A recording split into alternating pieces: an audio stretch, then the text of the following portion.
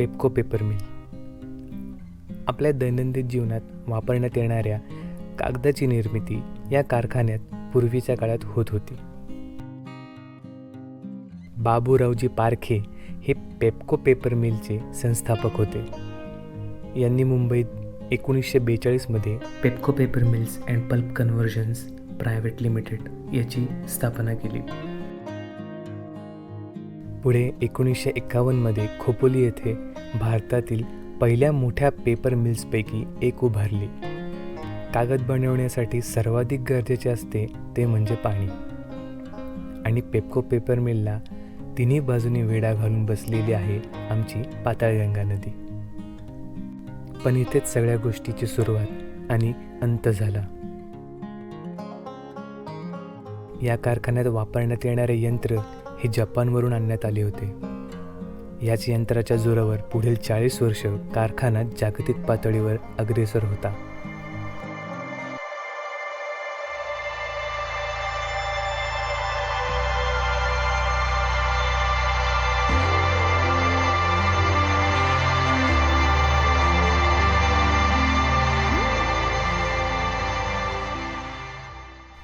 या कारखान्यात काम करणाऱ्या कामगारांना याच कारखान्याच्या लगत असलेल्या जागेत राहण्याचे घर आणि चाळी होत्या.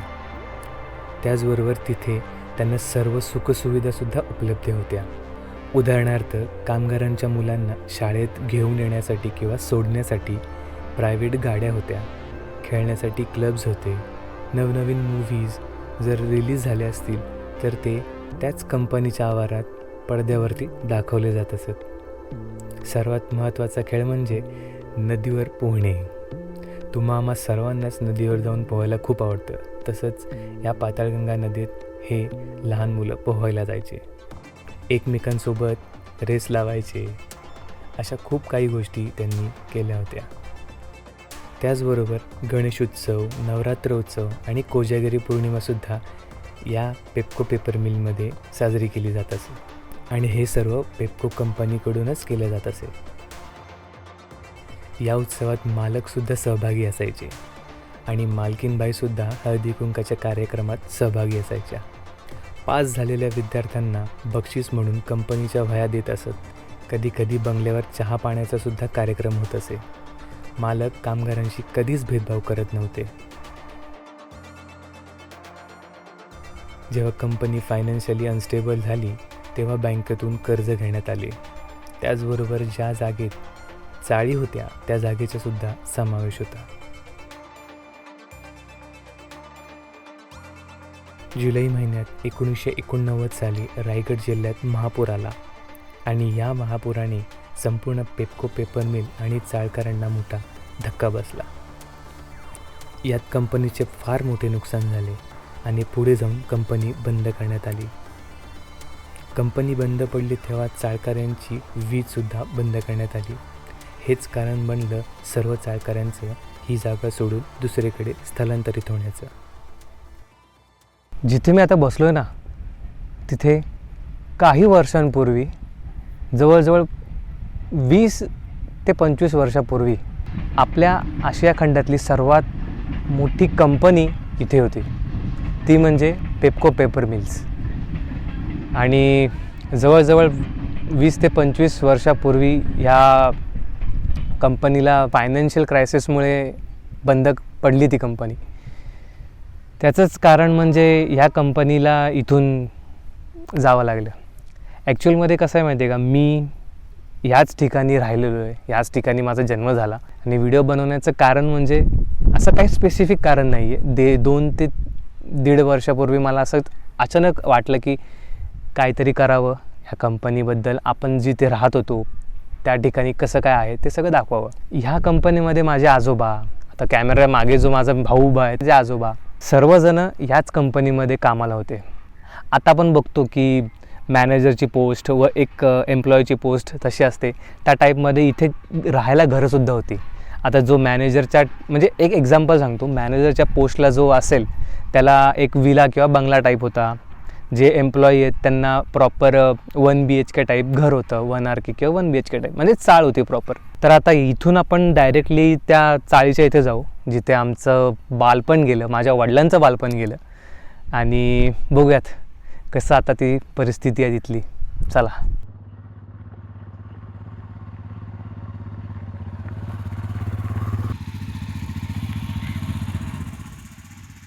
कंपनी बंद पडली तेव्हा चाळकऱ्यांची वीज बंद होती आणि ज्या बँकेने कर्ज दिलं होतं ती बँक सर्व चाळकऱ्यांना बाहेर काढण्याच्या मागे होती. परंतु पेप्को मिलच्या चाळकऱ्यांकडे कोर्टाची अशी नोटीस होती की ज्यामध्ये जोपर्यंत चाळकऱ्यांना त्यांचा हिशोब म्हणजेच कामाचा राहिलेला मोबदला भेटत नाही तोपर्यंत त्यांना या जागेतून कोणीही बाहेर काढू शकत नाही.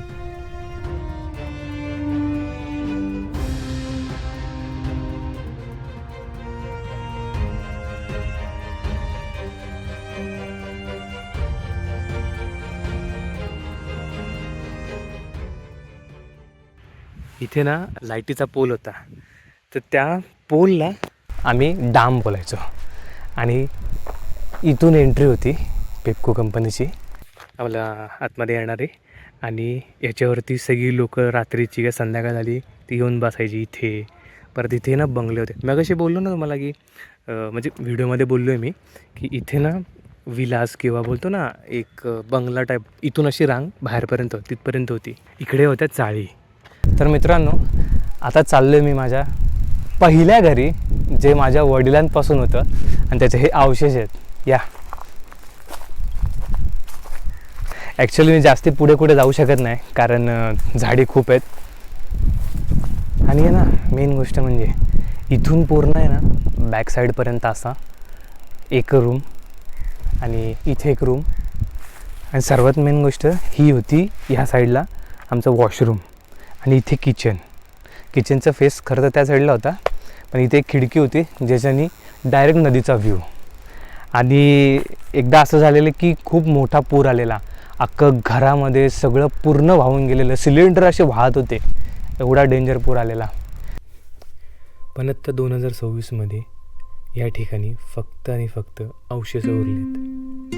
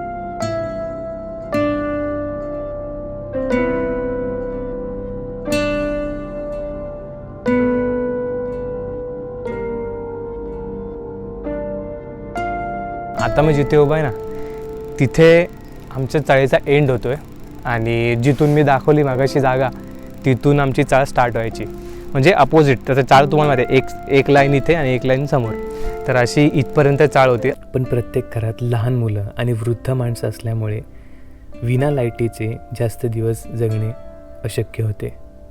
या चाळीचा जितका तरुण वर्ग होता तो आकांताने प्रयत्न करत होता की त्या चाळीत राहून लढून त्या जागेत पुन्हा वीज आणायची. त्यासाठी सतत कोर्टाच्या चक्रा होत होत्या, वारंवार बँकेत सुद्धा फेऱ्या होत होत्या, पण या गोष्टीचा काही उपयोग झाला नाही.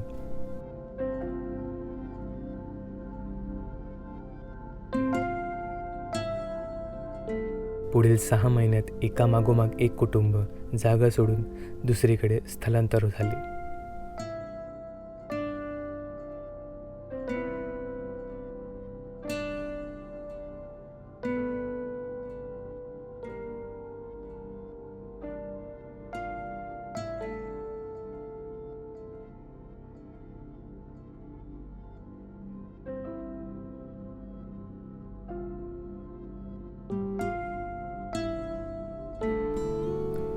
आता तुम्ही जो परिसर बघताय अशोकाच्या झाडांनी भरलेला, तो परिसर आहे बापूरावजी पारखे यांचा बंगला.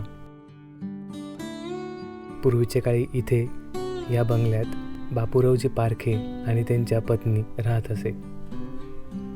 त्याचबरोबर तुम्ही समोर एक झाडांनी भरलेलं जे दृश्य बघताय ते म्हणजे बंगल्यासमोरचं गार्डन. तुम्ही त्याला झू सुद्धा बनवू शकता, कारण तिथे कंपनीच्या मालकांनी अनेक प्रकारचे प्राणी पक्षी तिथे ठेवले होते.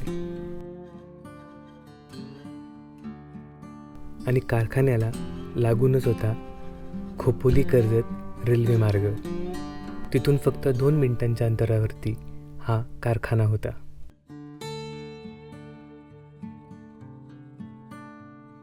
आता तुम्ही जे बघताय ते आहे वजन काटा.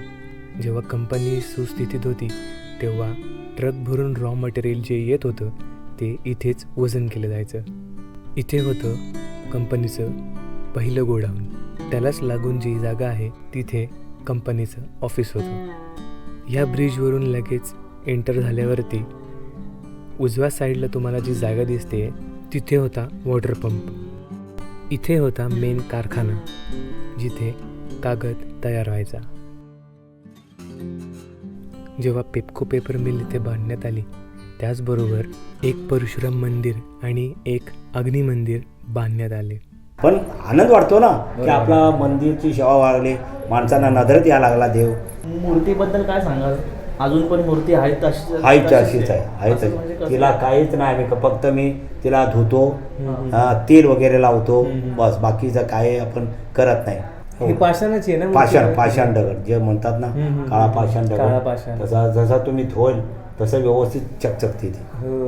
नाही, त्याचं ते सौंदर्य अजून आहे. म्हणजे लहानपण लहान खूप आहे, हिच्या एवढा असेल बहुतेक तरी, हिजून लहान असेल तर ते मूर्ती ती आठवते की हा अशी होती. आता आल्यावर मी पटकन शांत आलो, हा हे तीच मूर्ती आहे, तशीच आता अजून तशी आहे. आणि बसल्यावर तसं आपल्याला वाटतंय बघा ना, मंदिरात बसल्यावर आपल्याला इथं बसल्यावर आता आपण किती आनंद वाटतोय. परंतु काही वर्षांनी पेप्को पेपर मिल्स बंद झाली. त्याचबरोबर या मंदिराचे सुद्धा दार बंद झाले. तेव्हापासून आत्तापर्यंत हे मंदिर बंदच होते. व्हिडिओमध्ये दिसत असल्याप्रमाणे ही 2 मंदिरं आहेत. एक अग्नी मंदिर आणि दुसरं परशुराम मंदिर. आता हे सकल हिंदू समाज आणि गौरक्षकांच्या माध्यमातून परशुराम मंदिराचे दरवाजे उघडण्यात आले आहेत.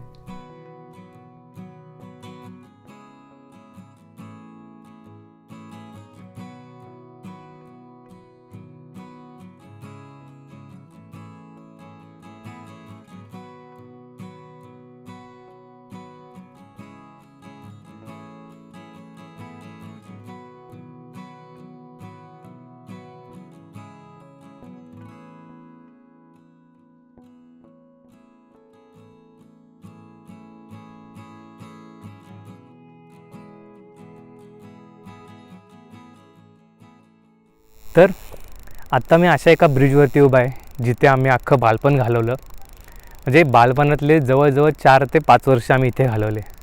तर असं बघायला, म्हणजे असं बोलायला हरज नाही की इथूनच आमची सुरुवात झाली सर्व लहानपणापासून मोठे होण्यापर्यंत. आणि सर्वात मेन गोष्ट होती, इथे आम्ही ना मासे पकडायचो, पोहायला यायचो. आणि जर तुम्ही आता ब्रिजकडे लक्ष द्याल ना तर खूप त्याची बिकट परिस्थिती आहे. आणि सर्वात मेन गोष्ट म्हणजे इकडून आहे ना रेलिंग्स गायब झाल्यात. त्या गायब कशा आल्यात माहिती आहे का? इथले भांगारवाल्यांनी ते पण नाही सोडलं. तिकडे पडझड झाली, तिथे चाळी पाडल्या, इथे पूर्ण कंपनी पाडली, त्याचं सगळं मटेरियल घेऊन गेले. पण ब्रिजचं मटेरियल पण घेऊन गेले. तर काय बोलावं यांच्यासोबत. पण खूप चांगलं वाटतं आहे इथे येऊन. पण आता ती वाईब नाही आहे जी लहानपणी होती. कारण आता इथे सगळे दारुडे, नशेडी सगळे पडलेले असतात. आणि जिथे तिथे बाटल्या सगळ्या पडलेल्या आहेत. इथे अजून काहीच डेव्हलपमेंट झालेली नाही. कारण ही जागा ज्यांनी घेतली बँकेकडून त्यांनी तशीच सटत ठेवली आहे. आणि इथे माझे आजोबा, या जो कॅमेरामॅन आहे त्याचे आजोबा, असे खूप सारे फॅमिलीज आहेत, त्यांचे अजून पैसेसुद्धा मिळालेले नाही आहेत. का? कारण जी पेपर मिल होती त्या पेपर मिलमध्ये सर्वांनी त्यांची अर्ध लाईफ त्यांचं तिथे घालवलं आहे काम करून. पण त्यांचा मोबदला अजूनही त्यांना मिळालेला नाही आहे. माझं बनवण्याचं कारण ते नाही आहे की ह्यांना मोबदला मिळाला की नाही. माझं बनवण्याचं कारण हे आहे की आपण जे लहानपण आपलं कुठे निघालं आहे, कसं आपण वाढलो आहे, कोणासोबत वाढलो आणि कशा परिस्थितीमध्ये वाढलो आहे हे सांगण्याचं होतं. तर पुढे आपलं विसर्जन घाट आहे, तो अगोदरच्या काळी आपला बायका कपडे वगैरे धुवायला वापरायचे. तर आपण तिथे जाऊ, थोडे तिथे 2 शॉट घेऊ आणि मग पुढचा प्रवास करूयात.